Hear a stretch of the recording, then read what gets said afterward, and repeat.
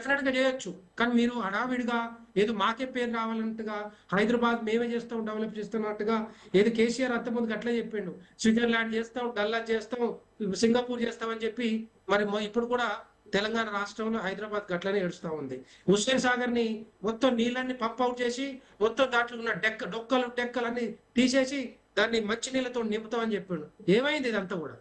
ఇవన్నీ అబద్ధాల హామీలతోటి అబద్ధ మాటలతోటి సంవత్సరాల కొద్దిగా మరి తెలంగాణ ప్రజల్ని మోసం చేయడం కాదు. కళ్ళు తెరిచి మాట్లాడాలి.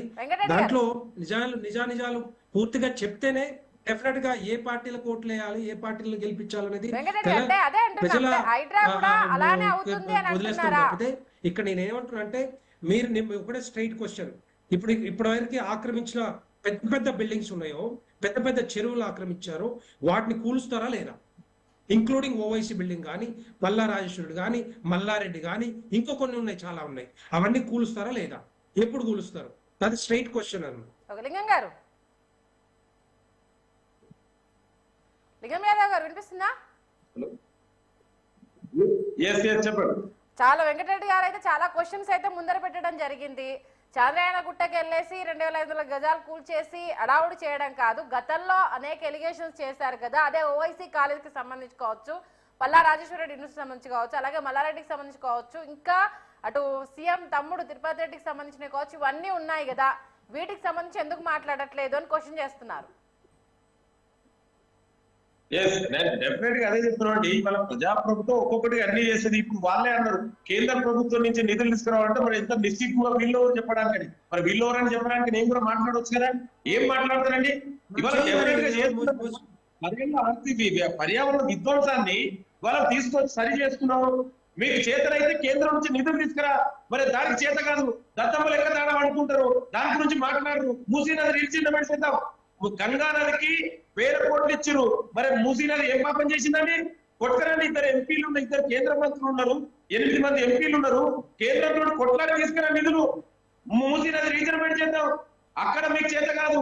మేము ఇవాళ చేస్తుంటే ఒక ప్రతిపక్ష నాయకులుగా ఈ ప్రభుత్వానికి సహకరించేది పోయి మేము చేస్తాం. డెఫినెట్ కూడా మేము ఒక్కొక్కటిగా 10 ఏళ్ల విధ్వంసాన్ని అన్నింటిని కూడా సరి చేస్తున్నాం.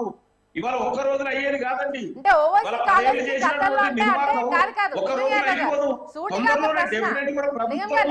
రక్షించాలనే ఉద్దేశంతో ఉంటే కదా, చెరువులని నాలని రక్షించాలనే ఉద్దేశంతో ఉంటే కదా ఇవాళ దేశంలో ఎక్కడ లేనటువంటి వ్యవస్థని హైడ్రాని ఏర్పాటు చేసినావు. ఇవాళ దాన్ని ప్రజలంతా రక్షిస్తున్నారు.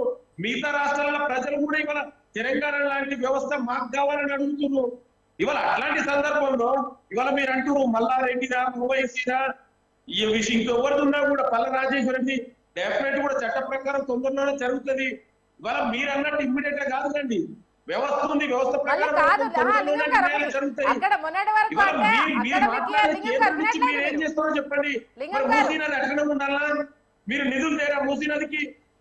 ఇవాళ దాని గురించి మాట్లాడండి అంతే తప్ప ఏది మాట్లాడాలి మీరు చేయాలి, మీరేం చేయాలి? మరి మాట్లాడే ముందు ఆలోచించి మాట్లాడాలి. మీరు ఎవరు చెప్తారు? ఎందుకంటే మరి కేంద్రం బాధ్యత కాదా? మేము పన్నులు కడతలేమా? మా తెలంగాణ ప్రజలు పన్నులు కడతనే కదా కేంద్రం. కేంద్రం సపరేట్ ఉంటుంది ఏదన్నా? ఏం మాట్లాడతారండి? ఇష్టం తెలిసి తెలియకుండా మాట్లాడితే ఎట్లా? కేంద్రం అంటే ఏంటిది? అకార్డింగ్ టు కాన్స్టిట్యూషన్ రాష్ట్రాలన్నీ కలిస్తేనే కేంద్రం సపరేట్ ఉండదండి. బడ్జెట్ లో నిధులు తీసుకురండి, ₹1 లేదండి. ఇప్పటి వరకు వాళ్ళు తెచ్చిన నిధులు ఏంటండి? 11 సంవత్సరాలుగా దాని గురించి మాట్లాడండి.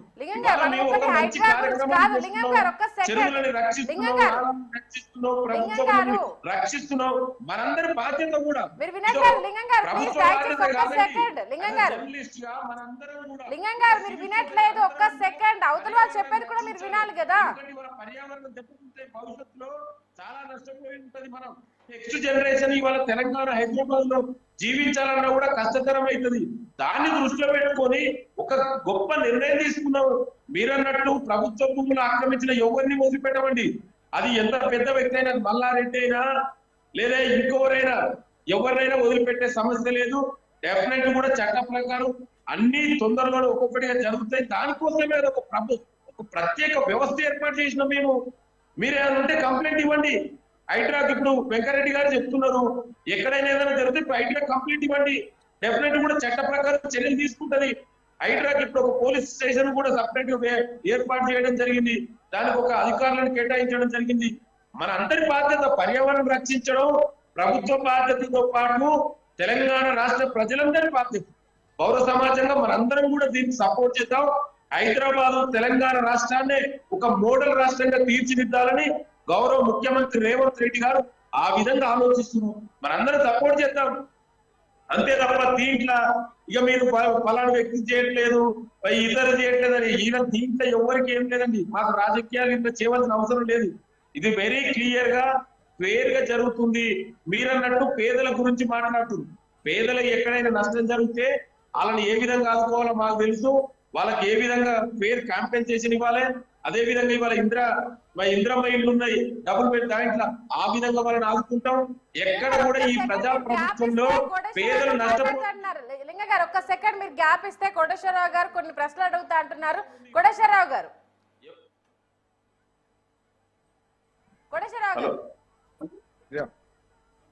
ఇప్పుడు హైడ్రా ముందు హైడ్రా తర్వాత ఇప్పుడు అనేటువంటి 3 భాగాలు చూసుకున్నప్పుడు హైదరాబాద్ లో గతంలో భారీ వర్షాలు వచ్చినప్పుడు అనేక ప్రాంతాలు మునిగిపోవటానికి నాలాలు ఆక్రమణ అనేటువంటిది ఒక ప్రధానమైనటువంటి సమస్యగా వచ్చింది. అప్పుడు కేటీఆర్ మినిస్టర్ గా ఉన్నటువంటి కేటీఆర్ వాటన్నిటిని తొలగిస్తామని చెప్పేసి చెప్పారు. అప్పుడు అదేమీ ఆచరణకు నోచుకోలేదు. ఇప్పటికైనా రేవంత్ రెడ్డి సర్కారు వచ్చిన తర్వాత ఇది 2వ వర్షాకాలం రాబోతా ఉంది. ఎన్ని నాలాల మీద ఉన్నటువంటి ఆక్రమణల్ని కూల్చివేశారు, ఎన్ని ఆటంకాలని తొలగించారు అనేటువంటిది ఒక ప్రశ్న అయితే, అందరికీ తెలిసినటువంటిదే సంచలనం కలిగించినటువంటి కేటీఆర్ లేదా కేటీఆర్ బినామీ ఫామ్ హౌస్ కి సంబంధించి ఆక్రమణలు ఉన్నాయని చెప్పారు. దాన్ని కొలతలు అన్నారు, అటు కొల్చామన్నారు, ఇటు కొల్చామన్నారు. అది ఏమైంది? ఆక్రమించాడా? ఆక్రమిస్తే ఆక్రమించాడని, లేదా ఆక్రమిస్తే కూల్చివేయడం, లేకపోయేట్లయితే ఆక్రమించలేదు, మేము పొరపాటున దాని మీద ఆరోపణలు చేశాము, అది సక్రమంగానే ఉందని అదన్నా చెప్పాలి. ఒకటి. రెండోది, ఆక్రమణలలో వెలిసినటువంటి కట్టడాలకి మంచినీళ్లు కావచ్చు, విద్యుత్తు కావచ్చు, ఇతర అనుమతులు ఇచ్చినటువంటి అధికారుల మీద ఎంతమంది మీద కేసులు దాఖలు చేశారు? ఇలాంటి అంశాలన్నీ కూడా గతంలో చర్చకు వచ్చాయి. మేము కేసులు పెడతామన్నారు, లేకపోతే ఇవన్నీ చేస్తామన్నారు. దానికి సంబంధించినటువంటి స్టేటస్ ఎవరైనా చెప్పేవాళ్ళు ఉంటే ప్రభుత్వం తరఫున కానీ లేదా కాంగ్రెస్ పార్టీ అధికార ప్రతినిధిగా ఉన్నటువంటి లింగం యాదవ్ గారు కానీ వాటిని కాస్త వివరించాలనేది నా అభిప్రాయం.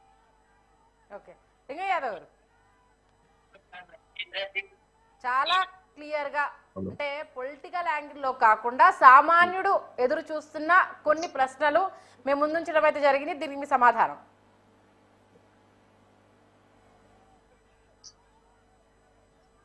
లింగం యాదవ్ గారు చెప్పండి. మీ వాయిస్ చాలా క్లియర్ గా అడిగారు. ఆయన ఫామ్ హౌస్ కి సంబంధించి చాలా హడావుడి చేశారు. ఎందుకు బ్రేక్ పడింది అనేది ఒకటి, మళ్ళీ 2వ వర్షాకాలం రాబోతోంది. ఎందుకంటే హైదరాబాద్ మునిగిపోవడానికి నాలాలు కబ్జాలు గురి కావడము, దానిపైన అక్రమ కట్టడాలు కట్టడం ఇవన్నీ చేశారన్నారు కదా. ఎన్ని కూల్చివేశారు? మరి రాబోతుంది వర్షాకాలం